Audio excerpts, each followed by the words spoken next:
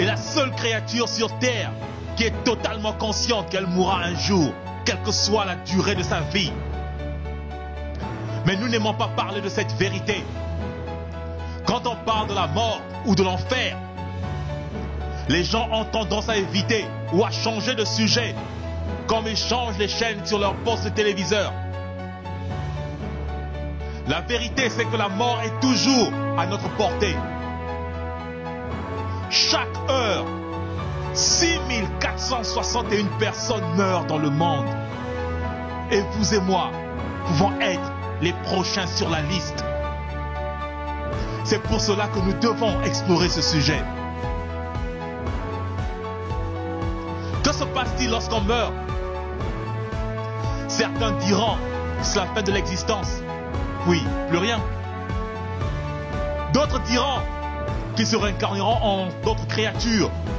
Et d'autres pensent qu'ils se transformeront en une sorte d'énergie cosmique. Mais que se passerait-il si vous aviez tort? La Bible dit dans Hébreux 9, 27, il est réservé aux hommes de mourir une seule fois, après quoi le jugement. Saviez-vous que nous serons jugés selon le genre de vie que nous avons choisi de mener? N'oubliez pas, lorsqu'on parle de jugement, on juge toujours en fonction d'une loi. Et Dieu nous a donné ces lois. Mais nous vivons comme s'il n'avait pas donné de loi. Après la mort, il n'y a que deux options. Le royaume des cieux ou l'enfer. Ceci peut vous paraître étrange. Mais d'après la Bible, la plupart des gens vont en enfer. Les voleurs, les tueurs, les adultères, les prêtres, les pédophiles, les pasteurs, les homosexuels, les chrétiens, les juifs, les musulmans, les bouddhistes, les fornicateurs, les stars de musique, les envieux, ceux qui sont incapables d'aimer ou de pardonner, et la liste continue. Jésus-Christ, de son vrai nom, Yeshua HaMashiach, notre Seigneur et Sauveur, nous a dit lui-même que la plupart des gens vont en enfer. En effet, dans Matthieu 7, 13 à 14, Yeshua dit: entrez par la porte étroite, car large est la porte, spacieux est le chemin qui mène à la perdition. Et il y en a beaucoup qui entrent par là. Mais étroite est la porte, resserré le chemin qui mène à la vie. Et il y en a peu qui les trouvent. Il y en a peu qui les trouvent. Il y en a peu qui les trouvent. Qu'est-ce que cela veut dire? Cela veut dire que nous avons défini notre salut selon notre propre standard et non selon le standard et la norme établie par Dieu. Car entrer par la porte étroite et marcher sur le chemin resserré demande beaucoup de discipline spirituelle et physique. Ce n'est pas en vivant dans la médisance, le mensonge, l'ivrognerie, la fornication, l'idolâtrie des musiciens de ce monde corrompu que vous rentrerez par la porte étroite et que vous marcherez sur le chemin resserré. Nous faisons parfois les choses pour plaire aux hommes, afin d'attirer les honneurs les uns des autres. Parfois nous pensons que parce que nous vivons une vie paisible et calme, ou parce que nous donnons de l'argent aux œuvres de charité, ou à une église, que nous avons un ticket pour le royaume des cieux. Ces actions ne sont pas suffisantes. Et aussi, votre appartenance à une église ne vous sauvera pas non plus. Ce que Yeshua, notre Seigneur et Sauveur, attend de nous, c'est l'abandon total de notre vie à lui. Comme lui-même s'est abandonné totalement au Père Céleste à la croix pour nous sauver des flammes de l'enfer. Yeshua, celui que beaucoup appellent Jésus, a été clair sur le fait que même si vous utilisez son nom pour faire des œuvres grandioses, il n'en demeure pas moins que c'est seulement par l'obéissance à la volonté de son Père, Yahuwah, que nous obtiendrons le salut de nos âmes. Dans Matthieu 7, 21 à 23, Yeshua nous dit: ceux qui me disent Seigneur, Seigneur n'entreront pas tous dans le royaume des cieux, mais celui-là seul qui fait la volonté de mon Père qui est dans les cieux. Plusieurs me diront en ce jour-là, Seigneur, Seigneur, n'avons-nous pas prophétisé par ton nom? N'avons-nous pas chassé les démons par ton nom?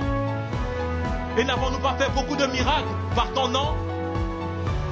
Je leur dirai ouvertement, je ne vous ai jamais connu. Retirez-vous de moi, vous qui commettez l'iniquité. Yeshua est furieux contre ceux qui commettent l'iniquité. Mais qu'est-ce que l'iniquité? Il faut préciser que dans toute la Bible, le mot iniquité ou anomia en grec est toujours traduit comme la transgression de la Torah. La condition de celui qui est sans loi devant Dieu.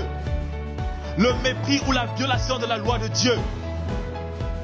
Si vous relisez Matthieu 7, 21 à 23, vous comprendrez que Yeshua lance une mise en garde à l'égard de ceux qui vivent sans la loi de Dieu ou qui la transgressent, mais cependant pensent qu'ils sont les serviteurs du Seigneur parce qu'ils font des miracles ou parce qu'ils prophétisent. La Bible nous dit que c'est à cause de nos transgressions de la loi divine que le Messie est mort. Efforçons-nous donc de ne plus pécher. Il faut rappeler au passage que 1 Jean 3, 4 nous dit le péché c'est la transgression de la Torah. Alors ne transgressons plus la Torah ou les commandements de Dieu. L'apôtre Jean a aussi enseigné que nous devons garder les commandements de Dieu. C'est là l'objet de notre foi en Yeshua. Nous connaissons que nous aimons les enfants de Dieu lorsque nous aimons Dieu et lorsque nous pratiquons ses commandements. Car l'amour de Dieu consiste à garder ses commandements. Et ses commandements ne sont pas pénibles. Parce que tout ce qui est né de Dieu triomphe du monde. Et la victoire qui triomphe du monde, c'est notre foi. Une personne qui a triomphé du monde est capable de vivre selon la volonté de Dieu. Une personne qui vit selon les convoitises de sa chair ne saurait plaire à Dieu. Mais Dieu prend plaisir à la personne qui renonce aux convoitises charnelles. Car les passions de la chair sont l'une des principales causes de la perte du salut. C'est pour cela l'apôtre Paul dit, ceux en effet qui vivent selon la chair s'affectionnent aux choses de la chair, tandis que ceux qui vivent selon l'esprit s'affectionnent aux choses de l'esprit. Et l'affection de la chair, c'est la mort, tandis que l'affection de l'esprit, c'est la paix, la vie, car l'affection de la chair est inimitié contre Dieu, parce qu'elle ne se soumet pas à la loi ou à la Torah de Dieu, et qu'elle ne le veut même pas. Si vous ne vous repentez pas, l'argent que vous détournez aujourd'hui et que vous amassez aujourd'hui ne vous aidera pas en enfer. Les femmes ou les hommes avec lesquels vous couchez, vous forniquez avec, ne vous aideront pas en enfer. Votre orgueil, votre pasteur, les stars de cinéma et de musique que vous adorez aujourd'hui ne vous aideront non plus. Vos amis ne vous seront d'aucune aide en enfer. Si vous êtes incapable de pardonner même à la personne qui vous a fait le plus de mal, vous êtes en danger de vous retrouver en enfer. C'est maintenant que vous devez décider votre futur. Le royaume céleste ou l'enfer. La vie ou la mort. Choisissez la vie en Yeshua, mes frères et mes sœurs. Aujourd'hui, les églises sont occupées à vous aveugler, en vous enseignant pratiquement presque tout le temps à convoiter, à poursuivre les richesses et les trésors de ce monde corrompu. La doctrine de la prospérité est l'une des portes qui mènent en enfer. Cette doctrine de la prospérité est une forme pure d'idolâtrie. À quoi sert-il à un homme de vivre 90 ans dans l'opulence, de collectionner les maisons, les voitures, les femmes, les entreprises, les diamants, pour finir à la fin en enfer?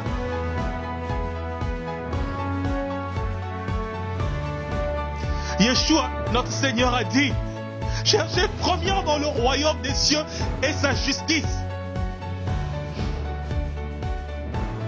Et toutes ces choses vous seront données par-dessous.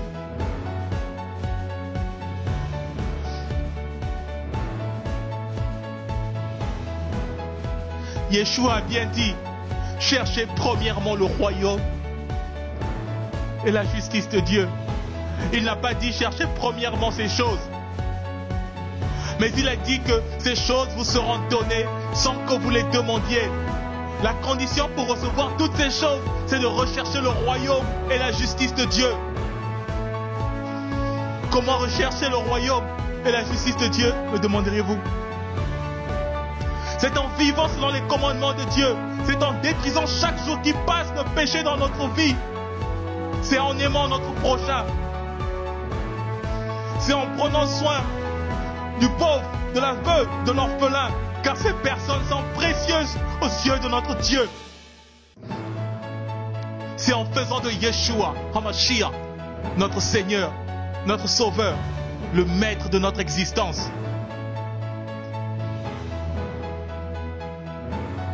Aujourd'hui encore, plusieurs personnes mesurent le degré de leur relation avec Dieu par rapport à leurs avoirs, par rapport à leur argent, par rapport à leurs possessions matérielles. Souvenez-vous que le diable aussi avait offert des bénédictions et la gloire à notre Seigneur Yeshua. Ce n'est pas parce que vous avez un bon travail, une belle maison, une belle voiture, que Elohim est forcément l'auteur de ces bénédictions. Ce n'est pas parce que votre entreprise prospère que c'est forcément la bénédiction de l'Éternel.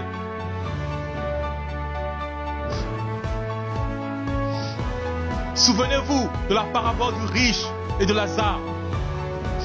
Lazare qui n'avait rien de toute sa vie se retrouva dans un lieu de réconfort. Lazare avait appris dans cette difficulté à glorifier le Père pour chaque miette de pain qu'il mangeait. Mais le riche, qui de toute sa vie n'avait pas compris ce que c'est que l'amour, n'avait jamais pourvu aux besoins du pauvre. Et il s'est retrouvé en enfer, dans les tourments. Le riche avait brisé la règle d'or. Tu aimeras ton prochain comme toi-même. Depuis les flammes de l'enfer, le riche a demandé au père Abraham d'envoyer quelqu'un prévenir sa famille, prévenir le monde que l'enfer est réel. Père Abraham qui a vécu des siècles longtemps avant Moïse a dit aux riches, ils ont Moïse et les prophètes. S'ils n'écoutent pas Moïse ou les prophètes, ils ne se laisseront convaincre. Même si une personne d'entre les morts revenait pour leur parler de ces choses.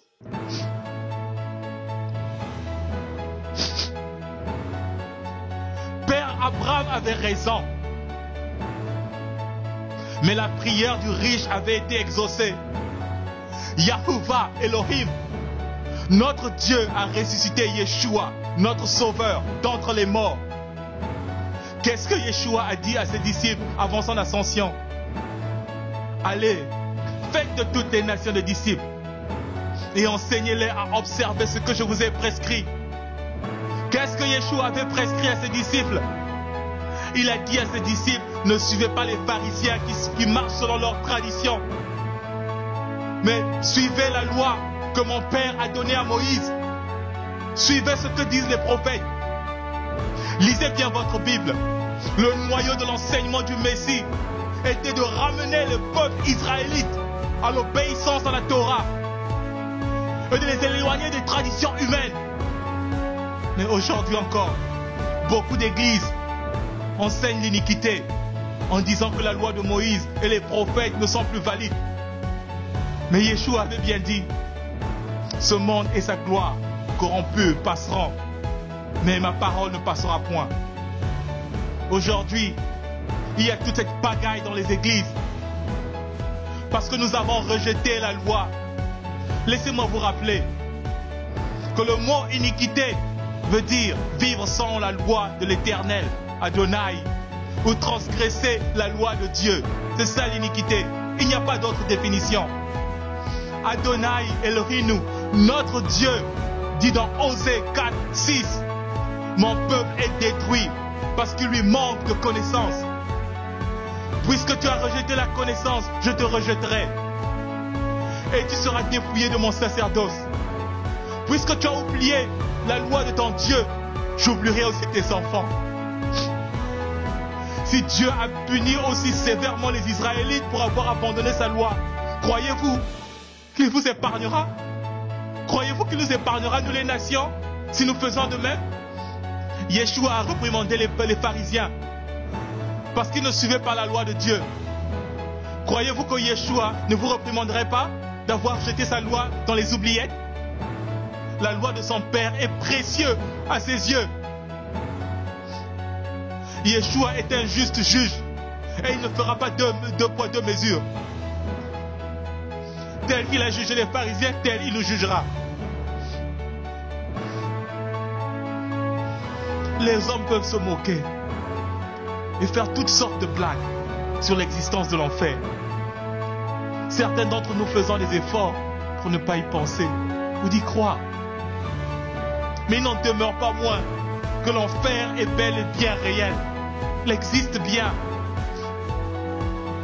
C'est un endroit réel. Un lieu de tourment et de torture perpétuelle. Vous croyez que j'ai envie de vous foutre la trouille, hein? Eh bien, vous ferez bien d'avoir peur et de trembler, de prendre la bonne décision avant qu'il soit trop tard pour vous. Beaucoup de gens n'aiment pas ce sujet, car cela blesse leurs sentiments.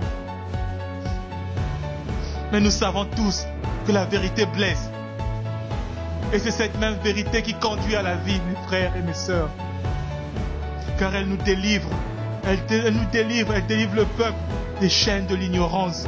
Nous sommes devenus tellement ignorants. Vous avez entendu des pasteurs ou des chrétiens vous dire que Dieu est amour. Il est tellement amour qu'il n'enverra jamais quelqu'un en enfer.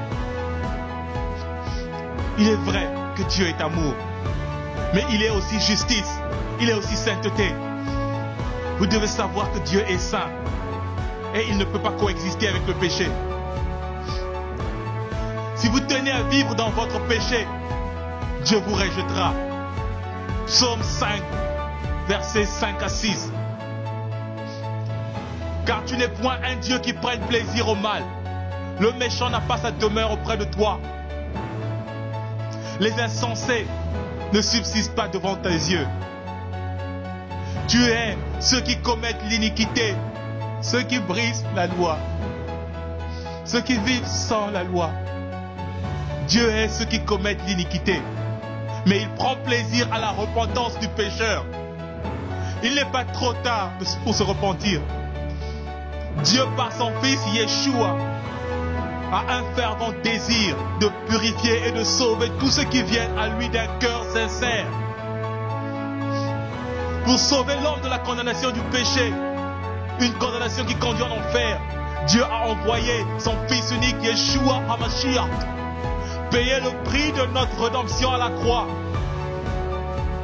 C'est ce qu'exprime la prophétie d'Ésaïe dans Ésaïe 53 au verset 5 à 6.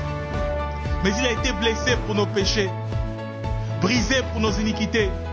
Le châtiment qui nous donne la paix est tombé sur lui. Et c'est par ces meurtrissures que nous sommes guéris. L'Éternel a fait retomber sur lui l'iniquité de nous tous. Rappelez-vous que Dieu est saint. Et en tant que tel, il ne peut coexister avec le péché. C'est pour cela qu'il a créé l'enfer, qui est destiné aux pécheurs, donc Satan et ses anges. L'enfer n'était pas fait pour les hommes, mais pour Satan et ses anges. Les hommes vont en enfer à cause de leur nature pécheresse héritée de Satan. En effet, nous sommes menteurs, voleurs, orgueilleux. Nous sommes incapables de pardonner ou d'aimer. Nous sommes cupides et j'en passe. Tout cela, ce sont les traits de caractère de Satan, de la personnalité de Satan et des démons. Yeshua a dit, car c'est du dedans, c'est du cœur des hommes que sortent les mauvaises pensées, les adultères, les impudicités, les meurtres, les vols, les cupidités, les méchancetés, la fraude, les dérèglements, le regard envieux, la calomnie, l'orgueil, la folie. Toutes ces mauvaises choses sortent du dedans et souillent l'homme. Si vous reconnaissez avoir commis un de ces péchés mentionnés, ou que vous reconnaissez avoir vécu dans le péché, eh bien, cela suppose que vous ne marchez pas sur le chemin resserré. Alors vous êtes en train d'aller droit sur le chemin d'enfer. Je sais que c'est une très mauvaise nouvelle. Mais la bonne nouvelle, c'est que vous êtes encore en vie et que vous pouvez renoncer à vos péchés. Et Dieu vous prendra dans ses mains. Il vous lavera de tous vos péchés. Et vous serez tout neuf comme un sou.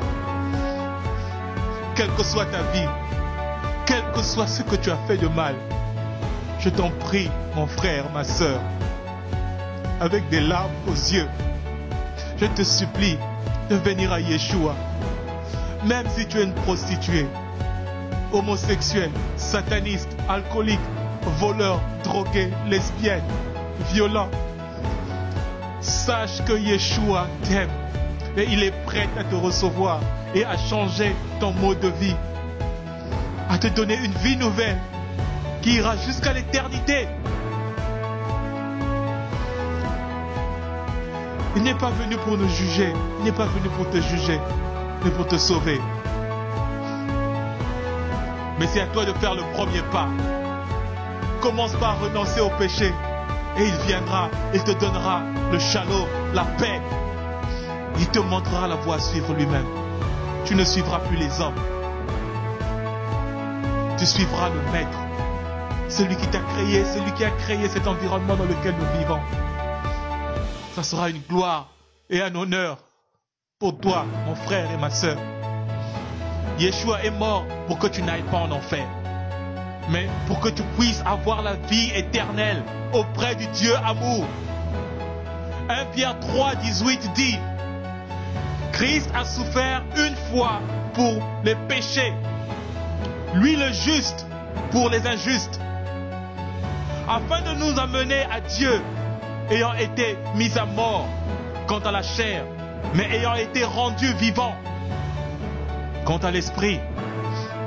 Oui, Yeshua, le Messie, est mort pour nous. Et désormais, nous avons l'espoir qu'en lui, le chemin du royaume céleste est ouvert pour nous. Quelle joie! Alléluia! Alléluia! Alléluia! La Bible dit: car Dieu a tant aimé le monde qu'il a donné son Fils unique, afin que quiconque croit en lui ne périsse point, mais qu'il ait la vie éternelle. Dieu en effet n'a pas envoyé son Fils dans le monde pour qu'il juge le monde, mais pour que le monde soit sauvé par lui. Celui qui croit en lui n'est point jugé, mais celui qui ne croit pas en lui est déjà jugé, parce qu'il n'a pas cru au nom du Fils unique de Dieu. Croire en Yeshua, c'est vivre comme il a vécu en obéissance à la Torah de son Père. Croire en Yeshua, c'est vivre selon ses enseignements. Croire en Yeshua, c'est obéir aux lois de Dieu.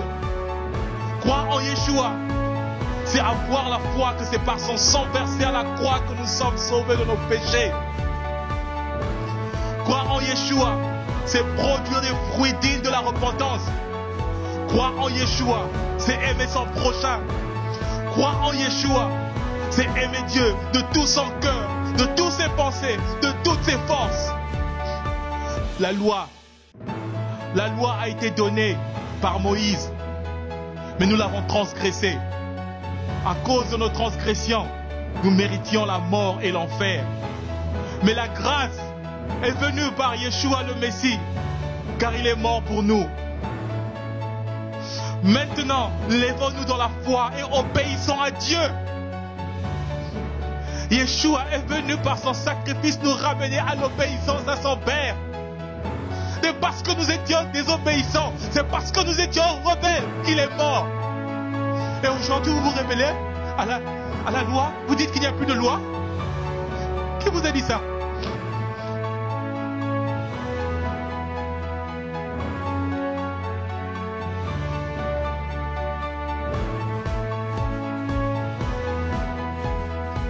Méditons sur ces paroles de notre Maître et Sauveur, Yeshua HaMashiach. Voici, je viens bientôt, et ma rétribution est avec moi, pour rendre à chacun selon ce qu'est son œuvre. Je suis l'Aleph et le Tav, le premier et le dernier, le commencement et la fin. Heureux ceux qui lavent leurs robes afin d'avoir droit à l'arbre de vie et d'entrer par les portes dans la ville. Dehors les chiens, les enchanteurs, les impudiques, les meurtriers, les idolâtres et quiconque aime et pratique le mensonge. Moi, Yeshua, j'ai envoyé mon ange pour vous attester ces choses dans les églises.